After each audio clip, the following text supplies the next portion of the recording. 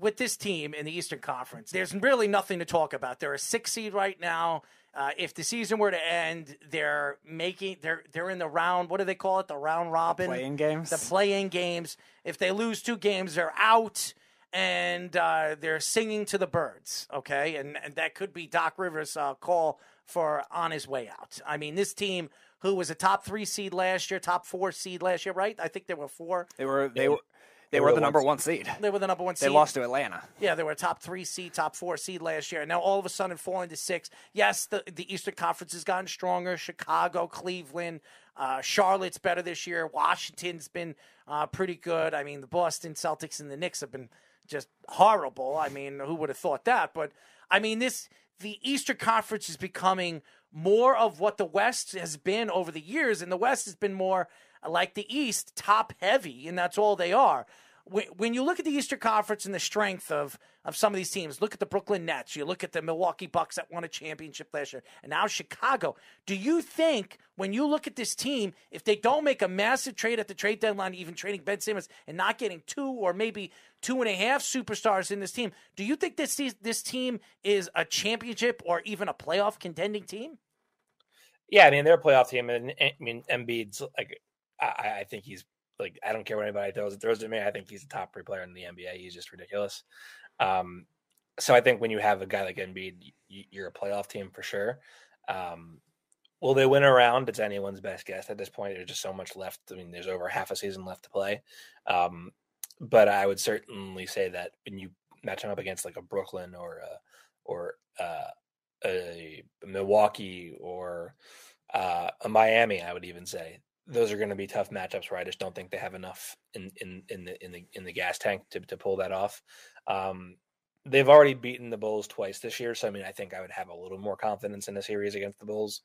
I would still probably pick Chicago, but even then, like, I don't think Doc gets fired because you have all of this Simmons stuff hanging over you, and it's just like it's hard to justify like firing a guy when you have a star level player literally not playing for you. So I think if they don't make a trade, then they'll live with whatever their outcome is for this season. They'll keep Embiid, happy as best they can, and then they'll make a push for a trade this offseason. I certainly will tell you that if I'm not the person that says trade Ben for whatever you can get. I 100% am in the boat of you wait until you get the very best deal, and you get that star level player back, because if you don't and you waste that asset on someone that isn't a star level player, you might as well trade Embiid because you're rebuilding anyway at that point. So you actually answered one of my other questions, like what would you want for a Simmons trade? So I'll ask this one instead. So one of the things that I think really drove his trade value down more than anything, people bring up the 3-point and the shooting all the time, but the free throws last postseason. And you saw the Atlanta Hawks expose that kind of thing. And I think a lot of contending teams that were initially interested in Ben Simmons kind of shied away from it now because of that kind of thing. If you foul him on the court, it's going to diminish the rest of your team offense. Even for a team like as talented as Golden State, who was one of the teams that were in the biggest rumors for Ben Simmons at the time, that downgrades the Steph Curry and Jordan Poole and Klay Thompson shooting because of that kind of thing. Do you think that's a big factor of why only these middle tier teams are now the ones interested in Ben Simmons? I don't think it's the free throw shooting, because I think you can make the same argument for Giannis Antetokounmpo, and because he's not a great free throw shooter either. But the difference is he's better than Ben Simmons. Everyone's better than Ben Simmons at the free throw line. But the difference between Ben and Giannis is obviously they're like physically they're just different people. But Giannis just puts his head down and doesn't stop for anybody. So I think like the way that Ben cowered in fear of being aggressive, and once the free throws were like missing once he was missing every free throw, that's more of a deterrent than the fact that the guy just gets to the line, just can't make them. So I think the fact that you saw him just like basically fade into nothingness in the playoffs is a bigger issue than him not being able to make free throws. I think if you decide to move Ben Simmons, in my eyes, and Austin, I'm going to say this not to hurt any 76ers fan, I think this is a rebuilding team. I think they have too much money invested into a lot of these players. Tobias Harris is overpaid. I love Joel Embiid. I think he's a great player, but you can get a lot back for Joel Embiid. You could get 5 first rounds or 4 first round draft picks for Joel. As good as Joel Embiid is he the cornerstone of a championship team? I don't know if he is. Is he durable enough to be that? I don't know if he is. Question. I think he's a great player. I think he could be a great an unbelievable number 2 player, like an Anthony Davis going to the Lakers. I think he's that type of player. And I don't even think he's Anthony Davis. I think Anthony Davis, when healthy, is a top 5 player in the league. But Joel Embiid, as good as he is, I don't know if even having him on the team or even adding another player or a superstar with him or a star with him, they're good enough to win. Do you think that when you look at this whole Ben Simmons situation and Doc Rivers thing, do you think that the Philadelphia 76ers are thinking maybe if this year doesn't work out or next year doesn't work out, it's time to rebuild this team and trade away the pieces?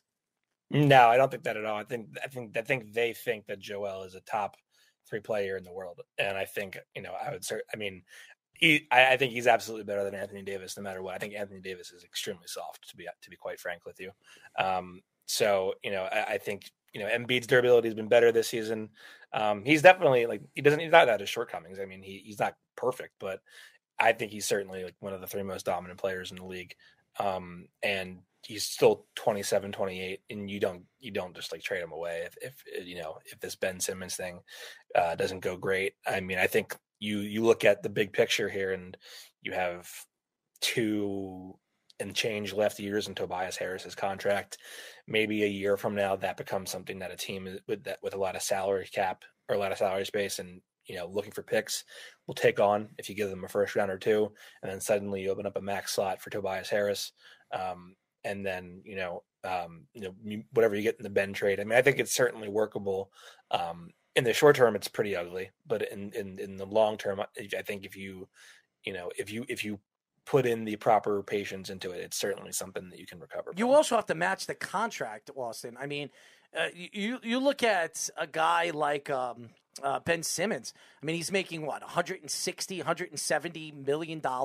He's got a lot of money left on that contract. With the NBA, you have to match that contract. So you got to take a lot of bad contracts on to send Ben Simmons away. And Ben Simmons already doesn't want to be there.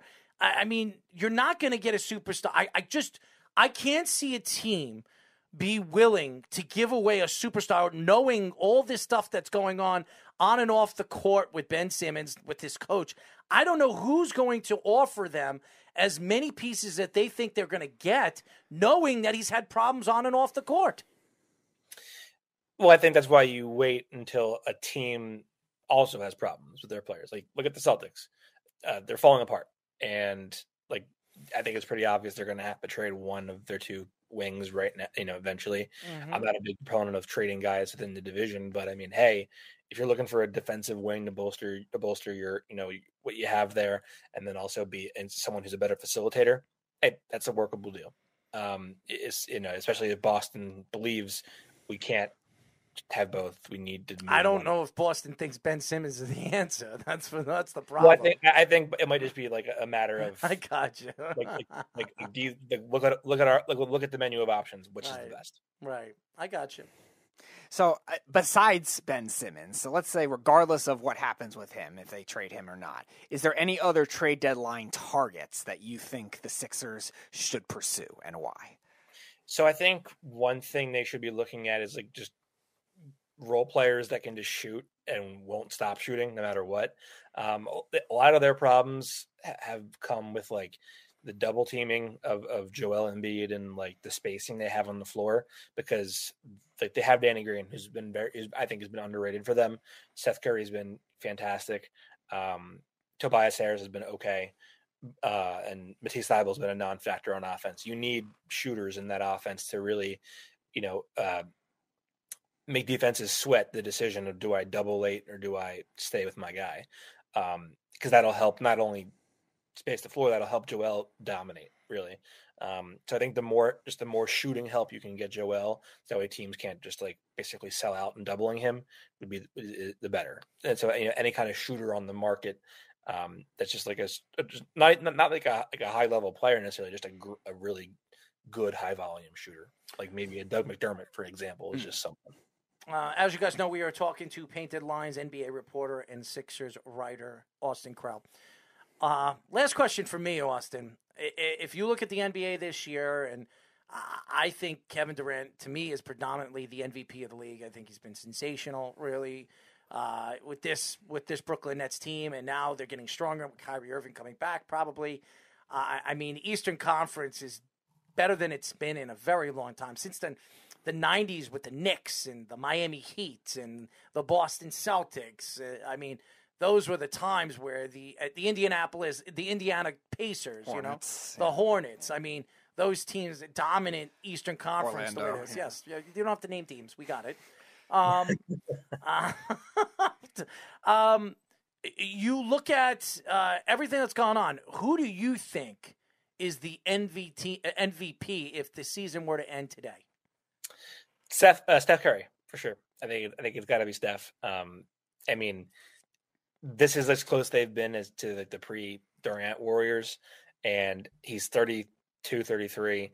The way that he moves without the ball is unbelievable. He's obviously the offensive juggernaut that he is. He's literally the catalyst of like one of the best offenses in the league by himself. Draymond's obviously great, but Steph makes the entire world move in Golden State. And I disagree. I'm sorry. Errol prefers his brother. No, I don't prefer his brother.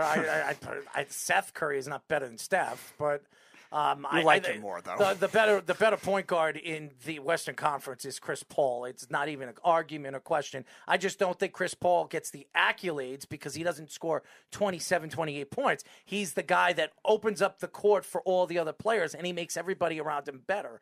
I'm going to give it to the guy that I believe has been the best point guard in the league for the last 10 years. And I'm sorry, as good as Steph Curry is, he's a predominant three-point shooter. That's what he is.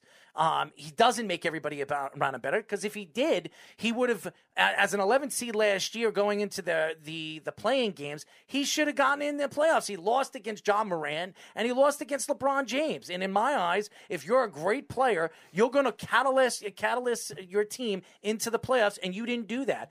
Look what Chris Paul did. Go look at what he did last year. As a 15th seed last year, Phoenix Sun team took him all the way as the number one seed and took him all the way to the NBA Finals. They were up 2-0 against that team before, Giannis went crazy. Okay, so to me, it's Chris Paul. It's not even an argument from the top point guard in the league. So to me, to say Steph Curry is the best player this year and MVP, I disagree. I think the guy that really has stood out to me is the guy that plays in Brooklyn. And I'm not a Brooklyn Nets fan, by the way. I am a Knicks fan. I can't stand the Brooklyn Nets, and I can't stand Kevin Durant because he chose them, even though the Knicks didn't even offer him a contract. But this is the best year Kevin Durant's had. Who's the catalyst of their defense right now? Kevin Durant. Who's the catalyst of their passing? Do you know that Steph Curry, as the point guard of the Golden State Warriors, only averages 0.7 more assists than Kevin Durant does? And Kevin Durant is the power forward of the Brooklyn Nets? Come on, man. How could you give it to Steph Curry? It is Kevin Durant. Absolutely. But, hey, we all have a right of our own opinion.